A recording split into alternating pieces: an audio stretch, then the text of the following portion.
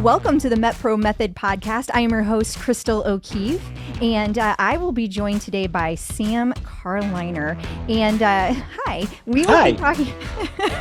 We will be discussing today how endurance athletes can benefit from MetPro. Sam, thank you so much for joining me today. Thank you, Crystal. I'm really happy to be here.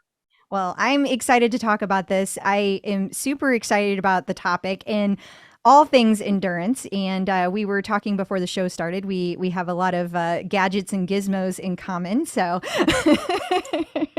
true, little endurance geek nerd thing going on. Yeah, totally.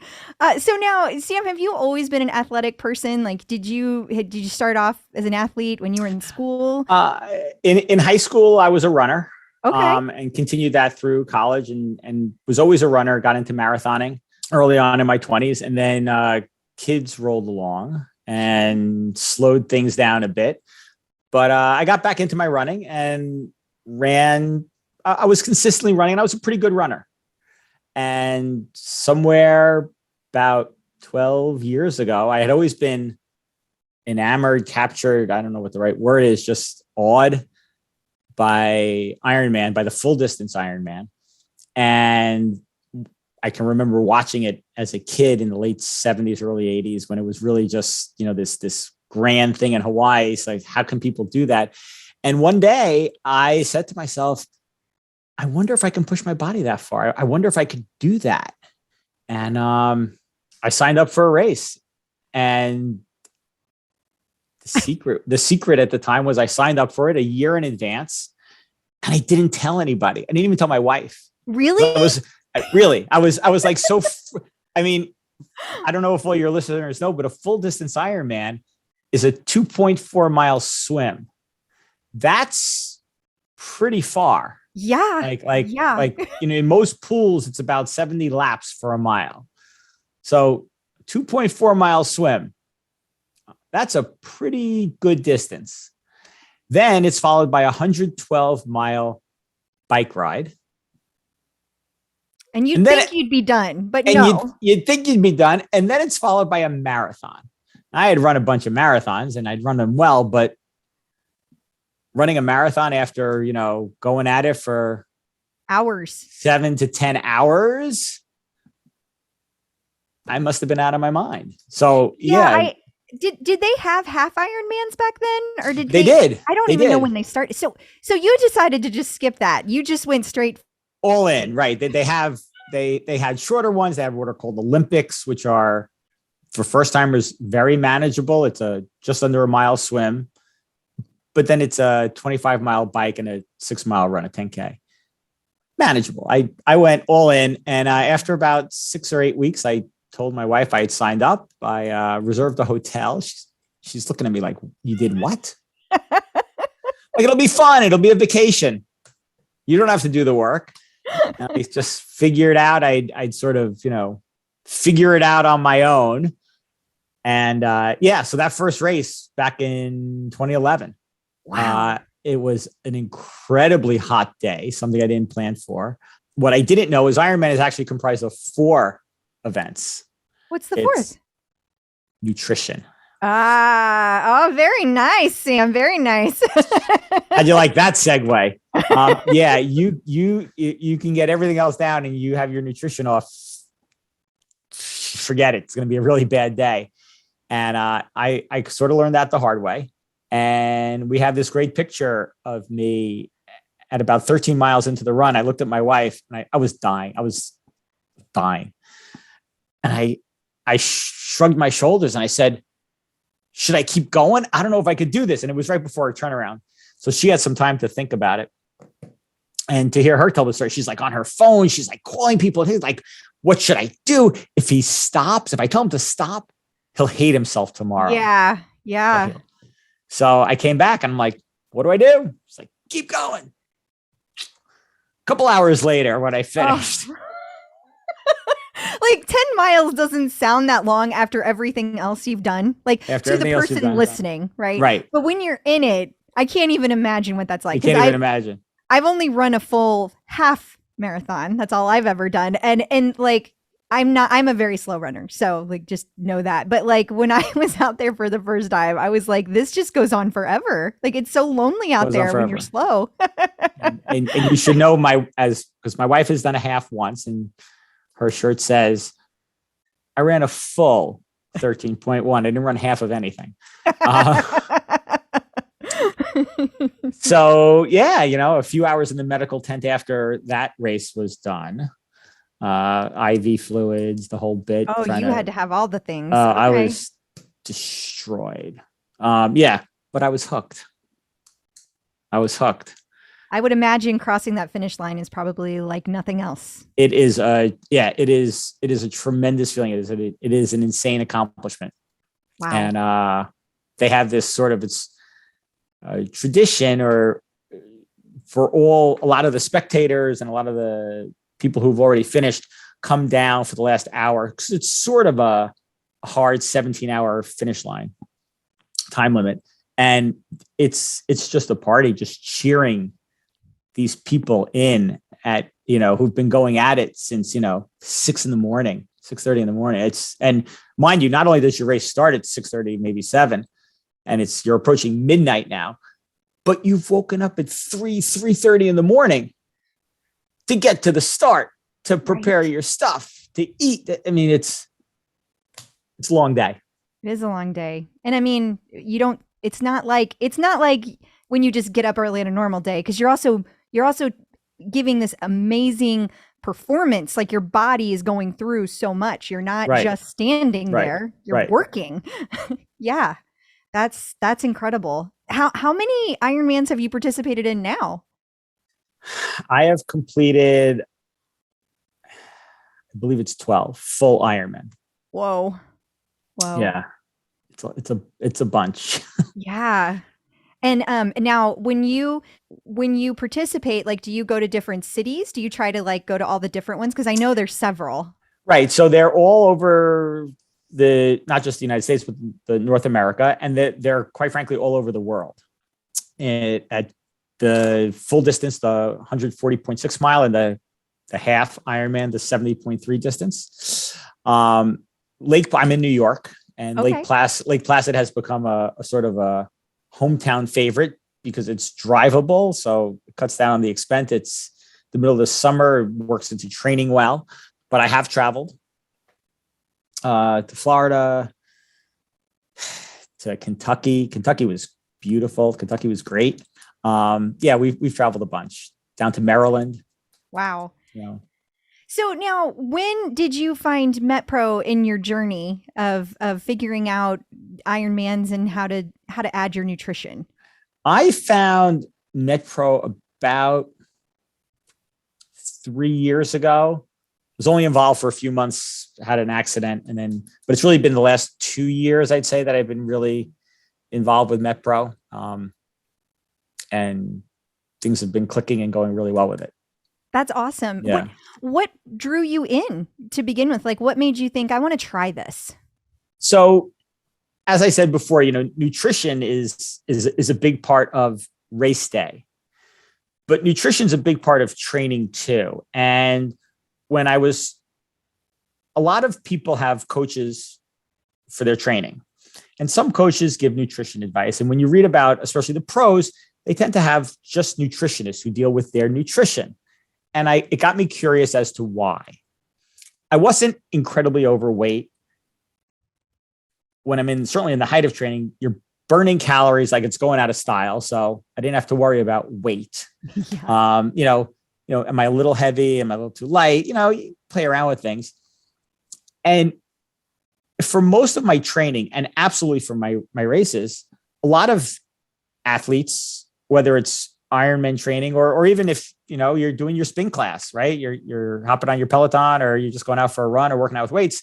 People taking nutrition for that specific purpose, right? It's 4:00 in the afternoon, 5. I came home from work. I'm going to go hop on the bike for an hour. Let me eat a Cliff Bar or some other protein carb bar, which makes sense. Your body needs some fuel. MetPro and working with Angelo sort of took it in a slightly different direction. While we still train, so taking energy, I'll call it, or fuel for the specific workout. Mm-hmm. It's a philosophy of how to live your life. And as opposed to a weight loss or a nutrition program that's calories in, calories out, I like to think of it as how hot can we keep your engine running? So if you think about like a steam engine, like you're filling it with coal, right? And how you don't want it to just burn hot and then die out. Right. How much fuel can we put in to keep it burning, to keep your metabolism really sort of jacked and going, and keep it that way throughout the day? And that sort of intrigued me. And I started working with Angelo, and initially, we sort of found my baseline, and we sort of cut some carbs and dropped where I was from a carb intake and a caloric intake. And we got my metabolism to sort of stabilize. And then the weirdest thing happened, Crystal. You're not going to believe this. I started eating more. And you know what happened as I ate more? You lost weight. I lost weight. Yep. If I stopped eating more, I put on weight. Yep. Talk about counterintuitive, right? It is. Yes. I love it. It's so fascinating, right? It's fascinating that your body gets used to running at a certain level and it'll burn at that level. And when you drop it, your body starts to sort of shut down and say, well, I'm not getting all these calories. Let me hang on to some. Exactly. And your weight goes up. Crazy, right? So that's how I got involved in MetPro. And it's been a little bit of a journey because it's not an exact, everybody's different. Yeah. And so you change over time, right? Right. So you change over time. And as I've improved, I've gotten stronger. So in the beginning, it was watching mostly the carbs in, but carb, protein, fat, everything. I think I said before we started the show, I went from eating 3 meals a day, maybe like a snack in the afternoon or evening, just because I was like hungry or I felt like I deserved it, right? Like the typical, like I said, I came from a marathoner background. Like, why do we run so much? So I can have a bunch of pizza when I'm done. 2 slices, 3 slices, 4 slices. What the hell, right? That, I earned it, right? I burned it off. But now I eat 6 meals a day. Like, I feel like a toddler. Like, I could set my watch 2.5 hours, 3 hours. I got to eat. Yep. It's like, but you become this like well-oiled machine when you do that. Right. Well, that's exactly what happens. Like, I have a big snack before I go to bed. I mean, that's like my favorite meal of the day.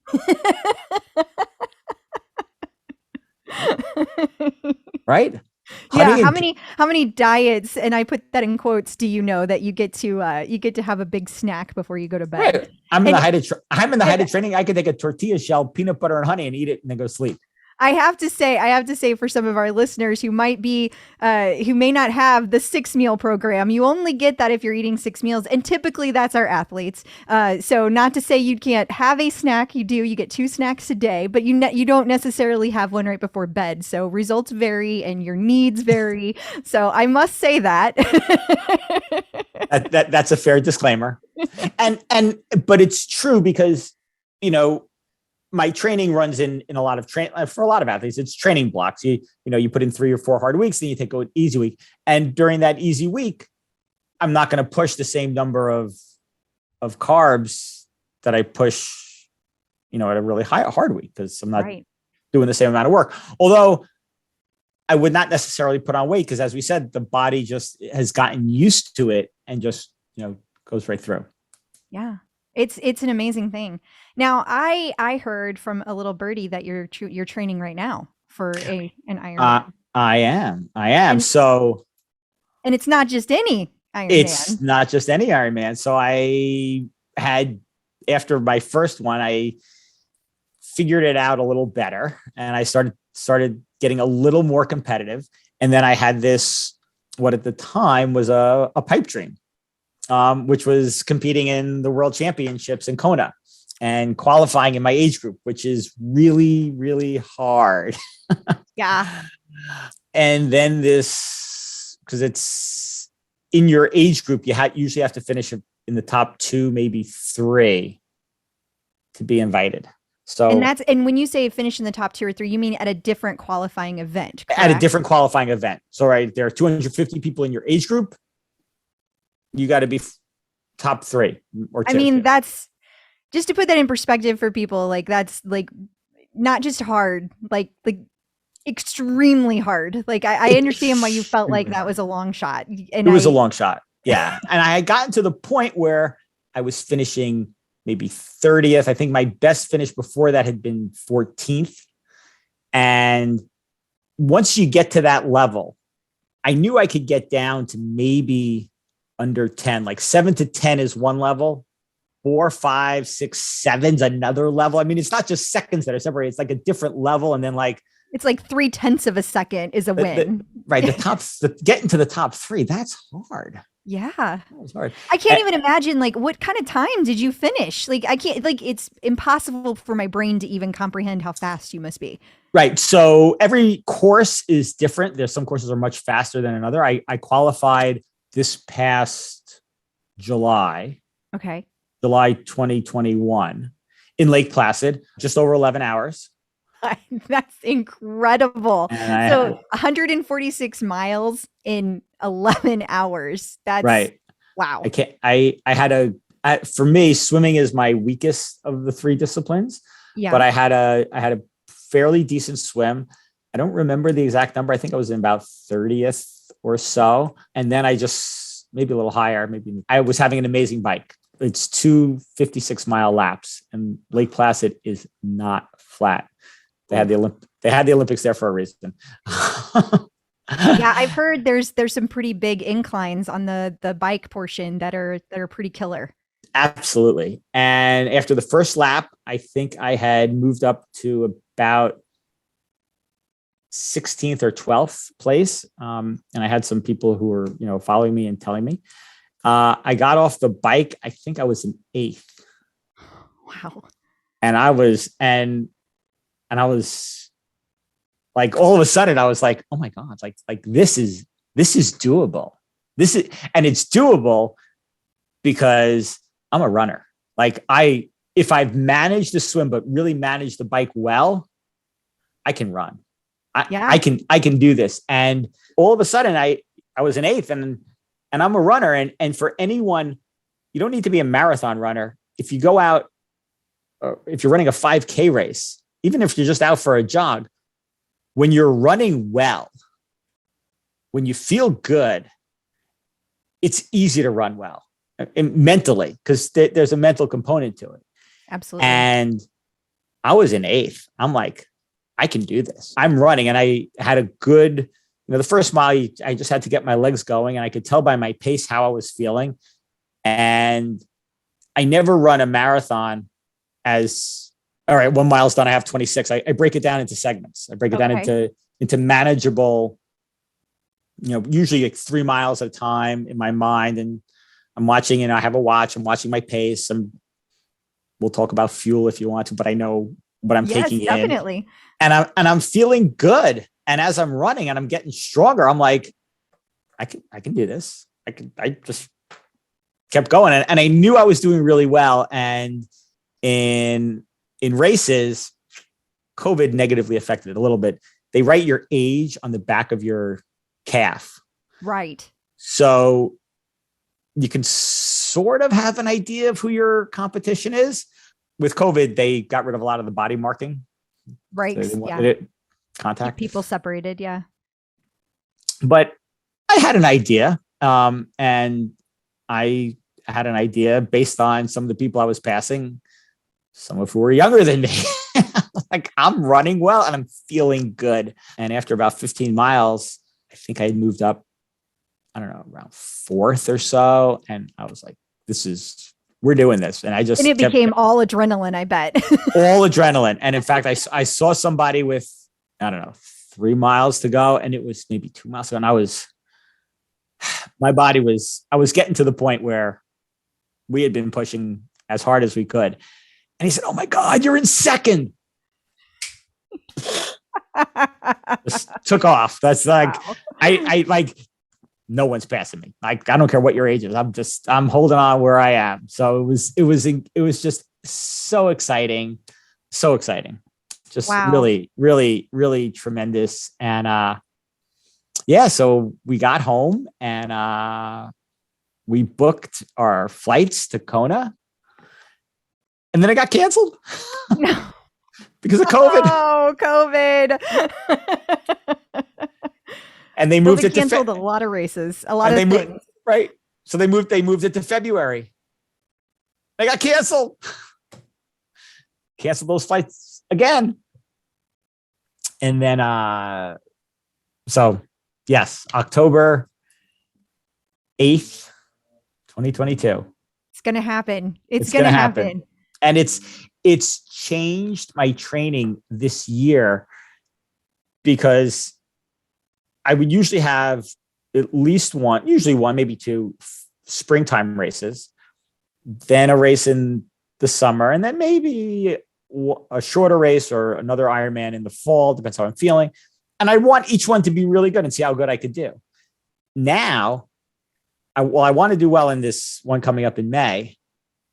My goal is Kona. So it's not, my A+ race is in October, and everything is sort of the steady ramp up to it. Yeah. So it's exciting. Yeah, it's very exciting. Very exciting. And I'm really curious, like, when you think back to the very first race that you did compared to the race that you did whenever you placed at the beginning, right. Now you're going to Kona. What kind of like impact did MetPro have on your performance? I think the impact that MetPro had was it wasn't that it fueled me better for the race. It was that my body was working better throughout all of my training. So all of my training was better. Which made you stronger and faster. Which made me stronger and faster. Correct. So, and it's funny, the one thing we don't tinker with too much is my race day fuel. Because that I've learned, we talk about it, but that I've learned from trial and error and trial and more error. When I'm on my bike, I probably take in close to 100 grams of carb an hour. Wow, that's a lot. So for people listening, the average is probably 40 to 50 grams of carbs an hour. And then for people who are like in a weight loss, not trying for performance when they're doing a workout, they're more of the 20 to 30 grams of carbs per hour. So that is a tremendous amount. And tremendous. And that helps you perform that day. Like that helps you stay. Right. And that's I want those calories going in me early, because when you're on the bike, your body can handle and digest easier than when you're running. And I don't, when I'm 4 hours into a race, I'm thinking about, I need my body performing at 10, 11 hours. Right. So I'm burning through it. So it's, yeah. So you, I don't, right. I don't do it every day. That's for sure. Yeah. Okay. Just for the nerd in me, I have to ask, are you one of those guys when you do the transition that like you come out of the water and like you don't even put your shoes on the bike? Like you just like sit down and go? Like, are you like, do you have enough coordination to do that? Because I am amazed when I watch that. I'm like 50% of the time. I have my shoes. I have done that where I have my shoes on the pedals, and I know how to get on my bike and, get it going. It depends but I'm not super, super efficient at it. So it depends on the transition area, how much I have to run it out and what it is. And I think that's amazing. Fair question. But I don't change. So I don't, it's the same clothes kit all day. So I'm pretty quick in transition. That's good. Yeah. It's pretty crazy in the transition area. So it is. It's full of energy. It's like backstage at a concert because everybody's so amped up on adrenaline. Right. It's crazy. It's crazy exciting. Wow. Now what kind of training and what kind of things are you looking forward to as you prepare for Kona? How have things shifted this year from a nutrition standpoint as you look towards Kona? So, as I said earlier, my swim is probably my weakest area. So I've been getting in the pool a lot more, and I'm looking forward to the weather getting a little warmer so I can swim outside. So that's factored in. I tend to be a morning swimmer, so that may affect my breakfast and Sure. sort of my mid morning snack a little bit because I usually don't fuel during my swim. Go in fasted. Go in fasted, right? And I've gotten coming out of the winter, I've actually put on some weight, but it's really all been muscle. So this is a conversation that Angelo and I have. I'm like, well, if my numbers have stayed the same, why am I getting heavier? Right. It's the work you're doing. You're putting on muscle, and I'm getting stronger. I also know that as the summer rolls around and I'm outside more, I'll probably lose some weight. And as my training goes up, I'll probably lose some weight. So it's getting that healthy balance. And what we're doing now is we're sort of playing with, and we did it this past fall as well, of how many calories can I take in? Like, what can we get my body? What is the max we can get my body used to? Which I've learned is a lot. Like, sometimes it's hard to eat that much food. I know. I do hear that a lot from people. And it sometimes feels like you're doing nothing other than eating all day. But especially when you are fueling for these major events the way you are, like to be able to build muscle, to be able to perform the way you are, you're burning so many calories. You got to put the food in to be able to perform. Right. So the one thing that MetPro helps you with a lot is learning what foods to eat right there. So when you talk about carb, you can have a slice of white bread. You can have a tortilla shell. You can have a, potato. You can have a sweet potato. Right. So sweet potato I love sweet potatoes, number one. And it's good volume. Like sometimes I eat, and if I'm not eating a lot, like I like 2 or 3 bites and I'm done. Like I'm just getting hungry. There's this, component of eating, like it's got to last a little while. But when I'm on a high carb intake, try eating 12 ounces of sweet potato. That's a lot. Like you push away from the table, you're like, I can't get up. So you learn to, maybe now I eat a lot of brown rice. Well, you switch to white rice. Yeah. You don't get a lot, but you get the same carb. So MetPro's help with that. MetPro's helped a lot with vegetables, good and bad vegetables. I never thought vegetables could be bad. Right. I mean, and they're not really bad, but yeah, it's not that they're bad. It's just some have more carbs in them and you have to be aware of that and how much you eat of them, because like my favorite is butternut squash, but there's tons of carbs in it. So right, I got to be careful with that. We're a big broccoli and Brussels sprout family. Oh, and that can cause other issues with your digestion. It can, yes. Yeah, I love broccoli and cauliflower, especially roasted. But yes. You have to be careful and keep that mixed in with other things, or right. Yeah. So it's been a great learning curve, and what amazes me is now that I've been doing it a while, I'll be in these periods where I know exactly what I'm eating. My snack will be, grapes and, some nuts. Okay. But then we have, and I don't even have to think. I know what the numbers are. But then, it shifts and it has to change. I'm like, oh, I have to figure it out. And yeah, I'm just always learning. I'm always learning. I guess what I was trying to say is I've done it enough or long enough that if we go out to eat, I can almost, MetPro has a great app that you can use.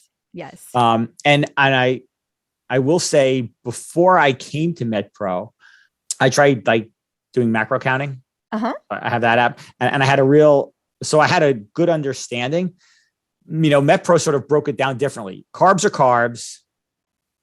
protein is protein, veg carb is veg carb, as opposed to, when you're counting macros rather, your broccoli counts as, X number of grams of, protein, this many grams of carb. And it's MetPro kind of, your carb is your carb, and forget about all the minor stuff. That'll just, wash itself out.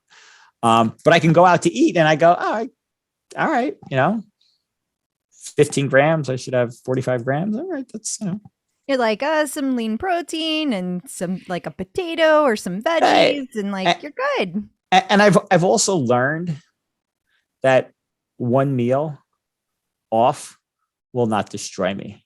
Yeah.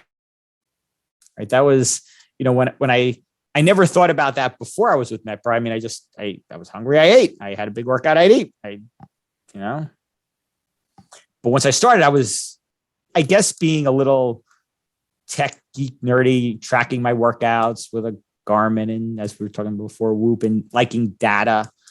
MetPro is just another data source. Exactly. Trying to hit those numbers and track what you're doing, and like, oh my God, it's somebody's birthday. What if I have that piece of cake, but the carbs, the fat? Oh my God, I'm not going to be able to move tomorrow. Well, it's just not true. It's, well, and I think it's something that MetPro helps with too, is that because, as you alluded to earlier, because you're eating things similarly all the time, when you do change something, whether it be race day or whether it be eating that piece of cake, if you get back to the program, your body is like on autopilot because it loves the consistency that you've been doing. Right. And so it recovers from it very easily, versus how I used to eat prior to MetPro was like you said, whatever I felt like is what I ate. And so it might be 3 meals a day or one big meal in the evening, but no consistency. And so now you have this like really steady level of fuel every day, all day. And if you change something and then you go back to it the next day, your body's like, oh, I got this. I know what we're doing. And it's very, it cleans up very easily.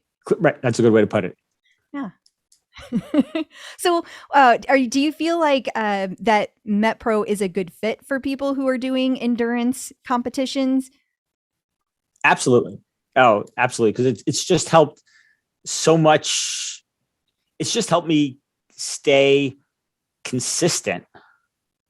And it's given my body, I think, more fuel and more strength to perform and recover from my regular weekly workouts.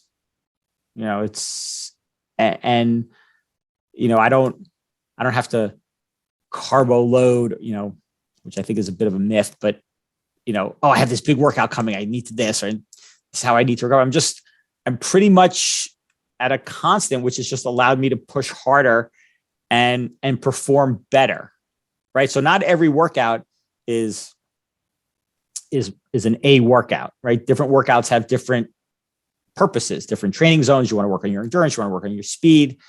But I think what MetPro has allowed me to do is put my body in the best position to maximize each one of those workouts. Well said. Yeah, that's a really good way to say it. Do you feel like there's anything else that we missed that listeners might want to hear about endurance and the nutrition aspect of it, or anything like that we haven't covered? I saw somebody the other day said everyone posts their best workouts on social media. It's a picture of their Garmin with, look at my time. It's the picture of this, look at my miles. It's a picture of this, and look how much I lifted. But what no one ever posts, or whatever no one ever talks about, is a program like Training Peaks, or what other people, and somebody called that the confessional. Because that shows what you do every day, right? And that's the honesty that gets you to that ultimate workout. And when you're talking about endurance, forget about a full Ironman. You're not going to run a marathon unless you're like a kid. For me, in your 20s, it'd be a kid. You're not going to run a marathon because you went out once a week for a 3-mile run. Right. Most people are just not going to finish it.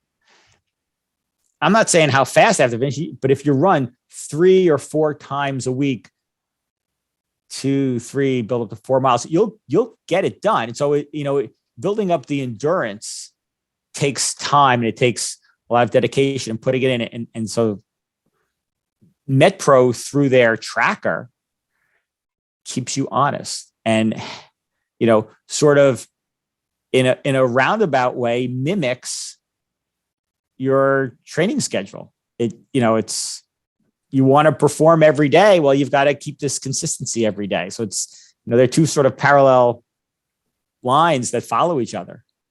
That's a really, really good point. Yeah, absolutely. Before I came to MetPro, I never, and I mean never, ate before a workout. I was a fasted workout. I had a bad stomach. I'd get up in the morning, run, bike, swim, whatever. And then come home and eat. I'd eat to recover. I'd probably eat too much. I probably wouldn't eat well. And through MetPro, through a lot of conversation, because I was resistant, I was resistant, but I was coming to with my coach. Like I said before, I'm a good listener. You tell me this works. So let's find out what I can put in my body that my stomach can handle and I can work off. So now I have breakfast before I work out. It's usually the same breakfast, but it works for my body, and I'm well fueled, and I learned how to do it. And I think the nice thing with MetPro and the MetPro coaches is that it's not cookie cutter. It's right. It's very tailored to you and how you perform, whether it's for endurance. So my wife is on MetPro also. She's not an endurance athlete. She is a tremendous professional spectator at Ironman races. She is the best, absolutely the best. Yes. That's an endurance event of its own. and she will tell you it is a harder endurance event. She knows how to track me. She knows how to track my competition. And we have knows how to get to you to the next location to spot you. we have a sign in the house that she had several races back that says a lot of things. But at one point she wrote, "He promised me a trip to Kona." That was about 4 or 5 years ago. So she's getting it. I kept my promise, but so she runs once a week, and she's a gym rat, CrossFit type person. Yeah. A couple times a week. She loves MetPro. She loves MetPro, and she is now gluten-free. So our house is pretty much gluten-free. I'm not, I do on occasion, but it's what's in the house. And she's not gluten-free because of MetPro, but the whole concept of eating clean sort of intrigued her. And so she started, and she was looking at different things she could cut out and food that worked and tasted good. And so much processed food is gluten. And slowly she started taking that out of her diet, found ways to replace it. So yeah, we're pretty much a gluten-free family. And she, she will tell you her mid-morning snack, and I think her 3 snacks are her 3 favorite meals of the day. So, right. So there's a perfect example. She's not training for Ironman, but because of the way she works out and what she does, she's eating 6 times a day. Yeah. Well, she loves it. She's had tremendous results with it. That's wonderful. Yeah. She's stronger than me in the gym. So I'll admit it. That's very big of you. I appreciate that. I appreciate that. So she can lift a lot. That's what you're saying. Oh my God. She deadlifts like 150 pounds, 660 pounds. Yeah. It's crazy. That's amazing. Sam, thank you so much for your time. Crystal, thank you for having me. This was a lot of fun. I enjoyed it. It was. Thank you. Listeners, that is all for this week. You can find all of the MetPro Method episodes anywhere you find podcasts, or you can go to metpro.co/podcast. Please be sure to follow the show and rate and review. That lets other people know what they can expect. You can also learn more about MetPro at metpro.co.